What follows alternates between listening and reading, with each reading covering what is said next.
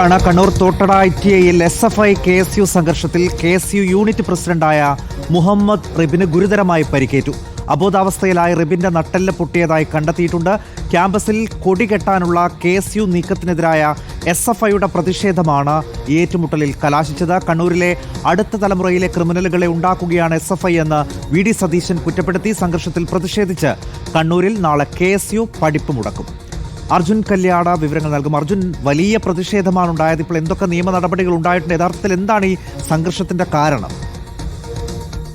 തീർച്ചയായും ഷായി, അതായത് ഇന്ന് കണ്ണൂർ തോട്ടട ITIക്ക് മുൻപിൽ വലിയ ഒരു സംഘർഷ ഭൂമി തന്നെയായിരുന്നു. ഒരു വലിയ സംഘർഷമാണ് ഇന്ന് കണ്ണൂർ ITIക്ക് മുന്നിൽ നടന്നിട്ടുള്ളത്.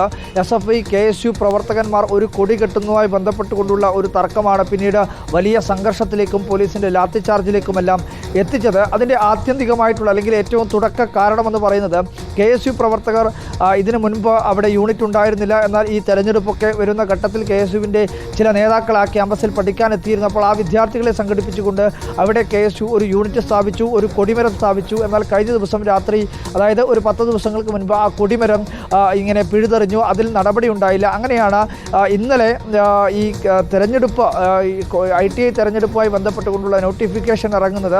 ആ നോട്ടിഫിക്കേഷനിൽ നാളെയാണ് നാമനിർദ്ദേശ പത്രിക സമർപ്പിക്കേണ്ടത്. ആ പത്രിക സമർപ്പിക്കുന്നതുമായി ബന്ധപ്പെട്ടുകൊണ്ടുള്ള പ്രവർത്തനങ്ങൾക്ക് ചില KSU നേതാക്കൾ അവിടെ എത്തിയിരുന്നു.